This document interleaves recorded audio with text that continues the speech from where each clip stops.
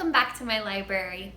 Today we're going to read chapter 22 of The BFG by Roald Dahl, illustrated by Quentin Blake.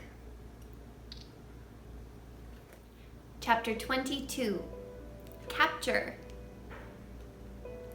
The BFG had made thousands of journeys to and from Giant Country over the years, but he had never in his life made one quite like this, with 9 huge helicopters roaring along just over his head. He had never before traveled in broad daylight either. He hadn't dared to. But this was different. Now he was doing it for the Queen of England herself, and he was frightened of nobody. As he galloped across the British Isles with the helicopters thundering above him, people stood and gaped and wondered what on earth was going on. They had never seen the likes of it before, and they never would again. Every now and then, the pilots of the helicopter would catch a glimpse of a small girl wearing glasses crouching in the giant's right ear and waving to them. They always waved back. The pilots marveled at the giant's speed and at the way he leapt across the wide rivers and over huge houses. But they hadn't seen anything yet. "Be careful and hang on tight," the BFG said. "We is going fast as a fizzle crump." The BFG changed into his famous top gear, and all at once he began to fly forward as though there were springs in his legs and rockets in his toes. He went skimming over the earth like some magical hop, skip, and jumper, with his feet hardly ever touching the ground. As usual, Sophie had to crouch low in the crevice of his ear to save herself from being swept clean away. The 9 pilots in their helicopters suddenly realized they were being left behind. The giant was streaking ahead. They opened their throttles to full speed, and even then, they were only just able to keep up. In the leading machine, the head of the Air Force was sitting beside the pilot. He had a world atlas on his knees, and he kept staring first at the atlas, then at the ground below, trying to figure out where they were going. Frantically, he turned the pages of the atlas. "Where in the devil are we going?" he cried. "I haven't the foggiest idea," the pilot answered. "The Queen's orders were to follow the giant, and that's exactly what I'm doing." The pilot was a young Air Force officer with a bushy mustache. He was very proud of his mustache. He was also quite fearless, and he loved adventure. He thought this was a super adventure.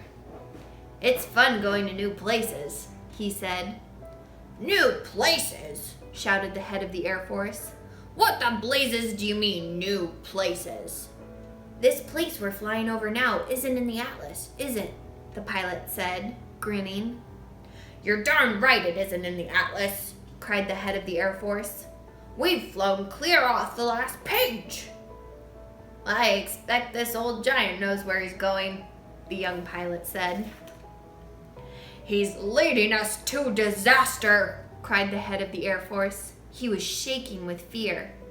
In the seat behind him sat the head of the army, who was even more terrified. "You don't mean to tell me we've gone right out of the atlas?" he cried, leaning forward to look. "That's exactly what I am telling you," cried the Air Force man. "Look for yourself. Here's the very last map in the whole flaming atlas. We went off that over an hour ago." He turned the page. As in all atlases, there were 2 completely blank pages at the very end. "So now we must be going somewhere here," he said, putting a finger on one of the blank pages. "Where's here?" cried the head of the army. The young pilot was still grinning broadly. He said to them, "That's why they always put 2 blank pages at the back of the atlas. They're for new countries. You're meant to fill them in yourself." The head of the Air Force glanced down at the ground below. "Just look at this godforsaken desert," he cried. "All these trees are dead and all the rocks are blue."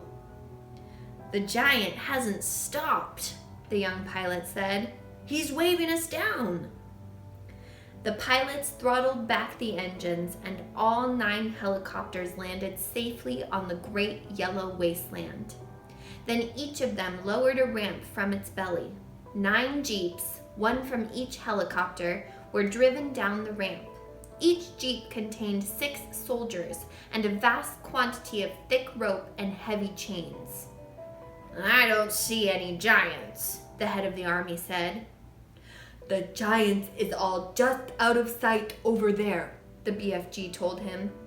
"But if you is taking these slosh-buckling, noisy belly poppers any closer, all the giants is waking up at once, and then pop goes the weasel." "So you want us to proceed by jeep?" the head of the army said. "Yes," the BFG said. "But you must all be very, very hushy quiet. No roaring of motors, no shouting, no mucking about, no piggery-jokery." The BFG, with Sophie still in his ear, trotted forward, and the jeeps followed close behind. Suddenly, the most dreadful rumbling noise was heard by everyone. The head of the army went pea-green in the face. "Those are guns!" he cried. "There is a battle raging somewhere up ahead of us. Turn back, the lot of you! Let's get out of here!" "Pig's piffle," the BFG said. "Those noises is not guns." "Of course they're guns," shouted the head of the army. "I am a military man, and I know a gun when I hear one. Turn back!" "Those is just the giants snortling in their sleep," the BFG said. "I is a giant myself, and I know a giant snortle when I is hearing one." "Are you quite sure?" the army man said anxiously. "Positive," said the BFG. "Proceed cautiously," the army man ordered. They all moved on. Then they saw them. Even at a distance, they were enough to scare the daylights out of the soldiers. But when they got close and saw what the giants really looked like, they began to sweat with fear. 9 fearsome, ugly, half-naked, 50 feet long brutes lay sprawled over the ground in various grotesque attitudes of sleep, and the sound of their snoring was indeed like gunfire in a battle. The BFG raised a hand. The jeeps all stopped. The soldiers got out. "What happens if one of them wakes up?" whispered the head of the army, his knees knocking together from fear. "If any one of them is waking up, he will gobble you down before you can say nakjife," the BFG answered, grinning hugely. "Me is the only one what won't be gobbled up, because giants is never eating giants. Me and Sophie is the only safe ones, because I is hiding her if that happens." The head of the army took several paces to the rear. So did the head of the Air Force. They climbed rather quickly back into their jeep, ready to make a fast getaway if necessary. "Go forward, men," the head of the army said. "Go forward and do your duty bravely." The soldiers crept forward with their ropes and chains. All of them were trembling mightily. None dared speak a word. The BFG, with Sophie now sitting on the palm of his hand, stood nearby watching the operation. To give the soldiers their due, they were extremely courageous. There were 6 well-trained, efficient men working on each giant, and within 10 minutes, 8 out of 9 giants had been trussed up like chickens and were still snoring contentedly. The 9th, who happened to be the fleshlumpeater, was causing trouble for the soldiers because he was lying with his right arm tucked underneath his enormous body. It was impossible to tie his wrists and arms together without first getting that arm out from underneath him. Very, very cautiously, the 6 soldiers who were working on the fleshlumpeater began to pull at the huge arm, trying to release it. The fleshlumpeater opened his tiny, piggy black eyes. "Which of you foul pesters is wiggling my arm?" he bellowed. "Is that you, you rotsome man-hugger?" Suddenly he saw the soldiers. In a flash, he was sitting up. He looked around him. He saw more soldiers. With a roar, he leapt to his feet. The soldiers, petrified with fear, froze where they were. They had no weapons with them. The head of the army put his jeep into reverse. "Human beings!" The fleshlumpeater yelled. "What is all you flesh-bunking, rotsome, half-baked beings doing in our country?" He made a grab at a soldier and swept him up in his hand. "I is having early suppers today," he shouted, holding the poor, squirming soldier at arm's length and roaring with laughter. Sophie, standing on the palm of the BFG's hand, was watching horror-struck. "Do something," she cried. "Quick, before he eats him." "Put that human being down," the BFG shouted. The fleshlumpeater turned and stared at the BFG. "What is you doing here with all these grotty twiglets?" he bellowed. "You is making me very suspicious." The BFG made a rush at the fleshlumpeater, but the colossal 54-foot-high giant simply knocked him over with a flick of his free arm. At the same time, Sophie fell off the BFG's palm onto the ground. Her mind was racing. She must do something. She must.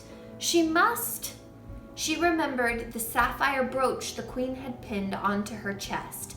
Quickly, she undid it. "I is guzzling you nice and slow," the fleshlumpeater was saying to the soldier in his hand. "Then I is guzzling 10 or 20 more of you midgy little maggots down there.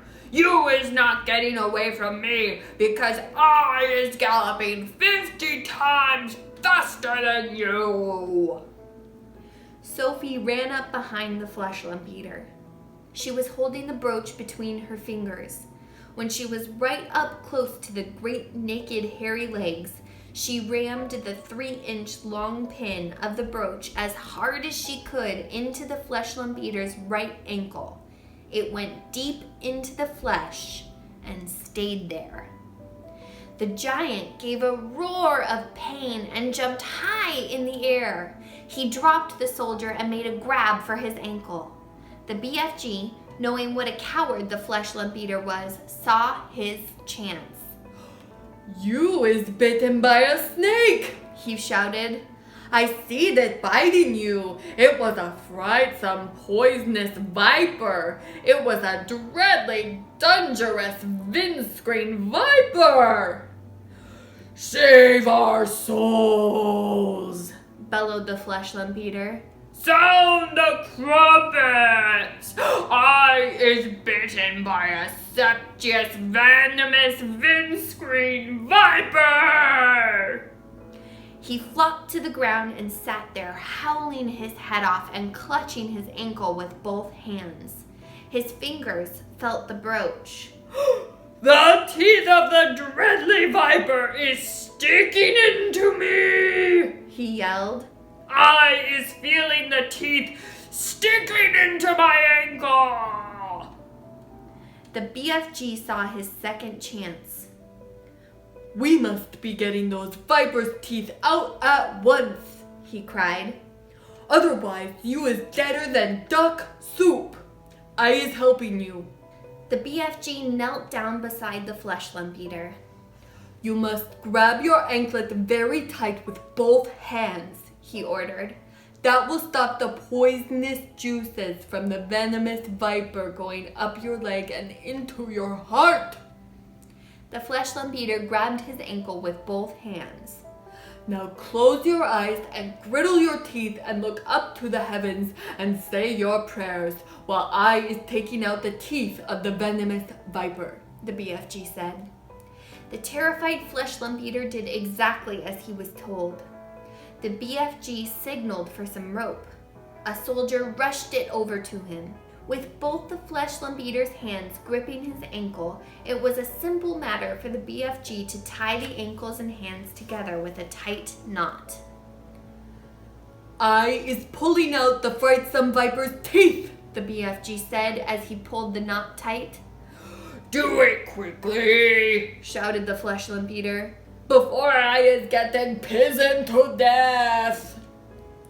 There we is, said the BFG standing up. You can look now. When the fleshlumpeater saw that he was trussed up like a turkey, he gave a yell so loud that the heavens trembled.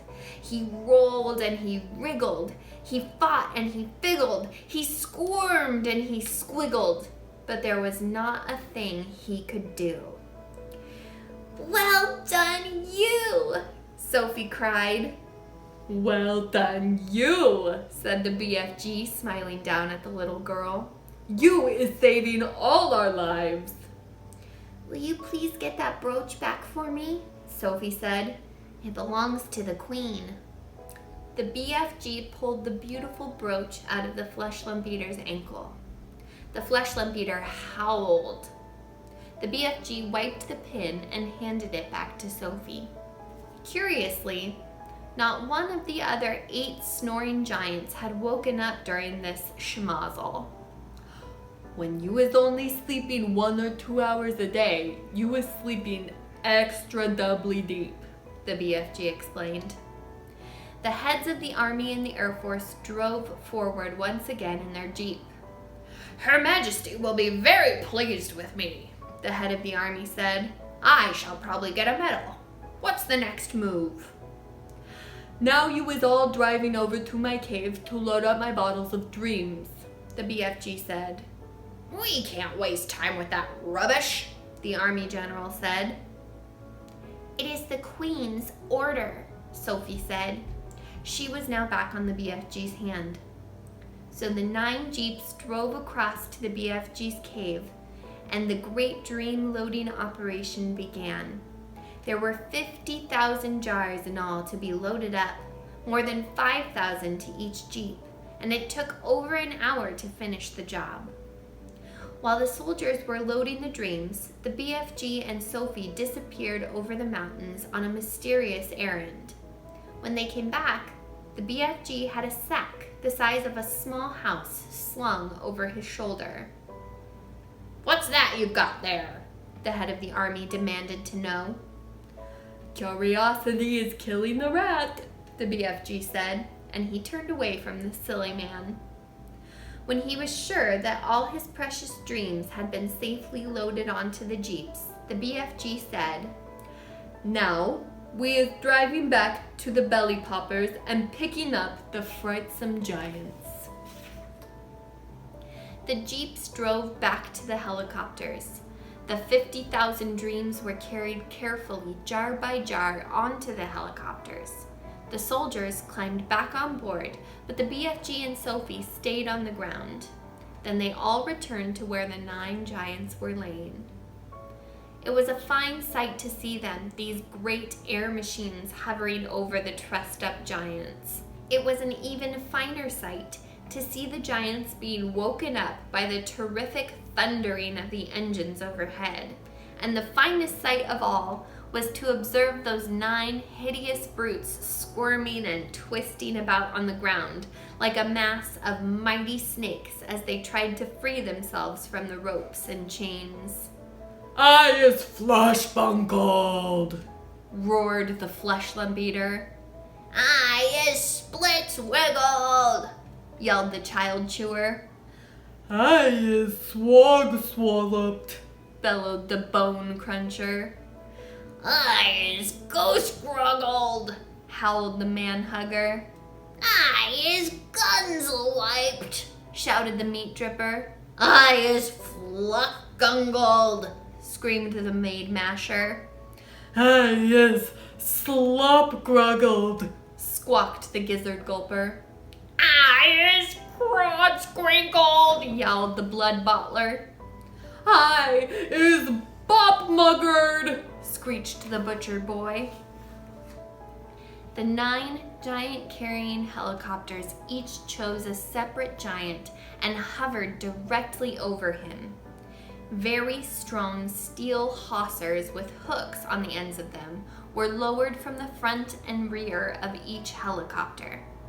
The BFG quickly secured the hooks to the giant's chains, one hook near the legs and the other near the arms.